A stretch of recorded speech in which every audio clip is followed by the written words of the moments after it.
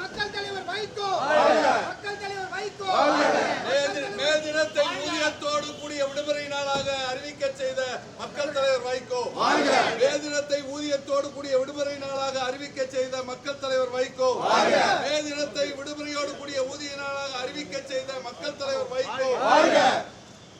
வாழும் பெரியாரையா வைகோ, வாழும் பெரியாரையா வைகோ, வாழும் பெரியாரையா வைகோ, அண்ணன் துரை வைகோ, அண்ணன் துரை வைகோ.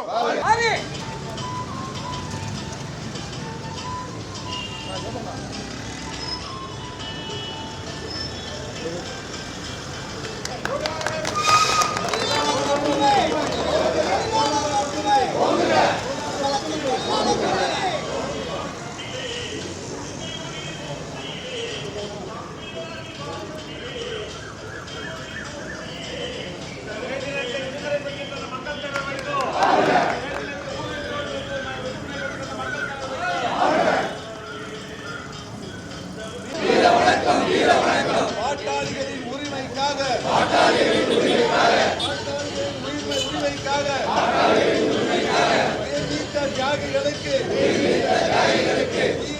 தியாகிகளுக்கு வீர வணக்கம், வீர வணக்கம், வீர வணக்கம், வீர வணக்கம், வீர வணக்கம், வீர வணக்கம், வீர வணக்கம். பாட்டாளிகளின் உரிமைக்காக வர்க்கம் தோற்பதில்லை, தோற்பதில்லை, தோற்பதில்லை, தொழிலாளி வர்க்கம் தோற்பதில்லை. தோற்று தந்த தலைவர் வைகோ, மே தினத்தை ஊதியத்தோடு கூடிய விடுமுறை நாளாக பெற்று தந்த தலைவர் வைகோ, மே தினத்தை ஊதியத்தோடு கூடிய விடுமுறை நாளாக பெற்று தந்த தலைவர் வைகோ. தொழிலாளர் உரிமைகள், வெல்லட்டும், வெல்லட்டும், தொழிலாளர் உரிமைகள், வெல்லட்டும், வெல்லட்டும், தொழிலாளர் உரிமைகள், வெல்லட்டும், வெல்லட்டும், தொழிலாளர் உரிமைகள், வெல்லட்டும், வெல்லட்டும், தொழிலாளர் உரிமைகள், வெல்லட்டும், வெல்லட்டும், தொழிலாளர் உரிமைகள், வெல்லட்டும், வெல்லட்டும், தொழிலாளர் உரிமைகள். வெல்லட்டும், வெல்லட்டும். பத்திரிகை துறையினுடைய மதிப்புமிக்க தொழிலாளர்கள் என்ற முறையில் என்னுடைய மேதின வாழ்த்துக்களை செய்தியாளர்களுக்கும்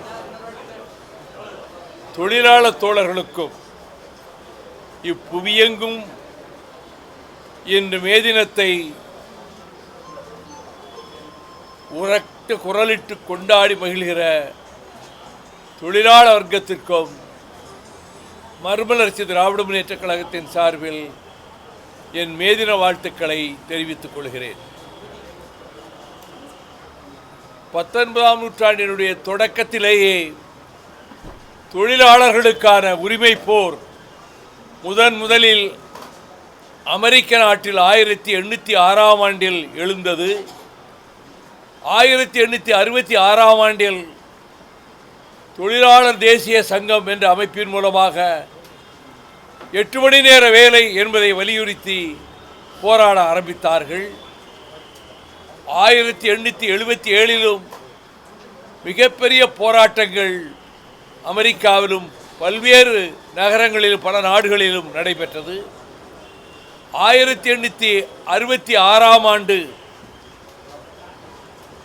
மே 3-4 நாட்களில் அமெரிக்காவில் சிக்காகோ நகரத்தில் பல்லாயிரக்கணக்கான தொழிலாளர்கள் ஒன்று திரண்டு மேதின முழக்கங்களை எழுப்பி போராடினார்கள். மே 4 ஒரு கொடூரமான துப்பாக்கிச் சூடு காவல்துறை நடத்தியதில் மொத்தத்தில் 7 பேர் பாதிக்கப்பட்டனர். 3 உயிர் நீத்தனர், 4 தூக்கிலிடப்பட்டனர். Albert Parsons, August Spies, George Engel, Adolph Fischer இந்த 4 பேரும் தூக்கிலிடப்பட்டனர். 1877 நவம்பர் 11ஆம் தேதி தூக்கிலிடப்பட்டனர். அந்த போராட்டம் நடைபெற்ற இடம் ஹேமார்க்கெட் சந்தை என்று அழைக்கப்படுகிறது. அங்கு நான் 3-4 முறை சென்றிருக்கிறேன்.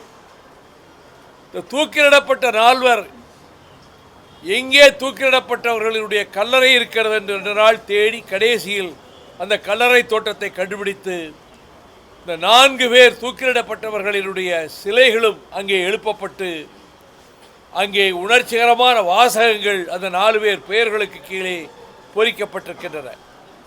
நாங்கள் தூக்கிலிடப்படுகிற போது ஆரவாரம் செய்த முதலாளி வர்க்கத்தினுடைய ஓங்கார குரல் காலப்போக்கில் ஒடுங்கும்.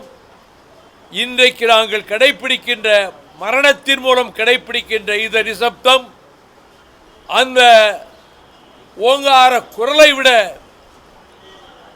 ஓங்கி உயர்ந்து வெற்றி பெறுகிற காலம் வரும் என்று அந்த வாசகங்கள் அந்த கல்லறையிலே பொறிக்கப்பட்டிருக்கின்றன.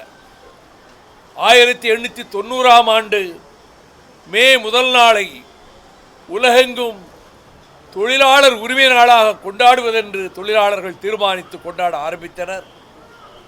மே முதல் நாளில் 1917க்கு பின்னர் கிரெம்ளின் மாளிகைக்கு எதிரே மாஸ்கோ மாநகரில் செஞ்சதுக்கத்தில் தொழிலாளர்களினுடைய செங்கொடி உயர்த்தி வரும் தொழிலாளர்களினுடைய உரிமை பேரணி பிரமாண்டமாக நடைபெற்று வருகிறது. தமிழ்நாட்டில் பேரறிஞர் அண்ணா அவர்கள் முதலமைச்சரானவுடன் 67இல் கோவை மாநகரம் சிதம்பரம் பூங்காவில் மே தின விழாவை கொண்டாடி மே தினம் அரசு விடுமுறை என்று அறிவித்தார். 1990ஆம் ஆண்டு ஏப்ரல் 30ஆம் நாள் இந்திய நாடாளுமன்ற மாநிலங்களவையில் மே முதல் நாளை மத்திய அரசு விடுமுறை நாளாக அறிவிக்க வேண்டும் என்று நான் வைத்த கோரிக்கையை ஆதரித்து கம்யூனிஸ்ட் கட்சியினுடைய தலைவர் அவர் தாஸ்குப்தா அவர்களும் கமல் முரார்கா ஜனதாதளம் அவர்களும் ஆதரித்து பேசினார்கள். தலைமை அமைச்சர் பிரதமர் விபி சிங் அவர்களை அறையிலே போய் அன்று பகலிலே சந்தித்தேன்.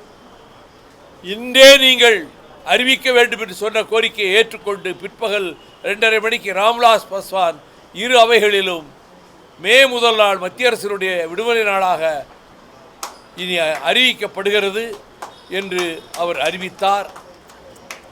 தொழிலாளர்களினுடைய நலன்களை நசுக்குவதிலும் உரிமைகளை நசுக்குவதிலும் நரேந்திர மோடி அரசு முதலாளித்துவத்துக்கு ஆதரவாகவும் தொழில் முதலாளிகளினுடைய பிரதிநிதியாகவும் செயல்பட்டு வருகிறது. தொழிலாளர் உரிமைகள் நசுக்கப்படுவதை எதிர்த்து தொழிலாளர்கள் போராடி வருகிறார்கள். அந்த வகையில் நாங்களும் தொழிலாளர் உரிமைக்காக தொடர்ந்து போராடுவோம் என்பதையும் நான் இங்கே தெரிவித்துக் கொள்கிறேன். கேளுங்க. தேர்தலுக்கு பிந்தைய கருத்து கணிப்புகளை பார்த்துருக்கீங்க. பெரும்பாலான கருத்து கணிப்புகள் திமுக கூட்டணி வெற்றி பெறும் சொல்லியிருக்காங்க. சில கருத்து கணிப்புகளில் அதிமுக கூட்டணிக்கும் தமிழக வெற்றி கழகத்தினரும் பெரும்பான்மை இடங்களில் வெற்றி பெறும் சொல்லியிருக்காங்க. இந்த கருத்து கணிப்புகளை எப்படி பார்க்குறீங்க?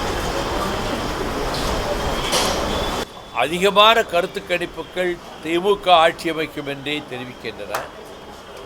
அதில் ஒரு கருத்து கணிப்பில் அதிமுகவுக்கு சாதகமாகவும் ஒரு கருத்து கணிப்பில் தமிழக வெற்றி கழகத்துக்கு சாதகமாகவும் அமைந்திருக்கின்றன. இது வாக்குகள் எண்ணப்படுகிற போது உண்மை நிலவரம் தெரிய வரும்.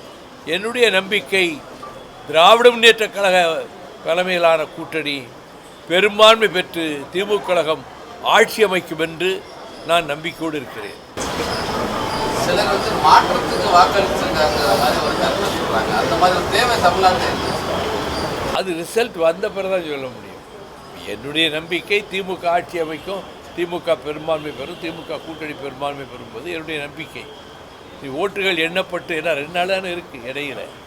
இன்று 1ஆம் தேதி, இடையில் 2 நாட்கள்.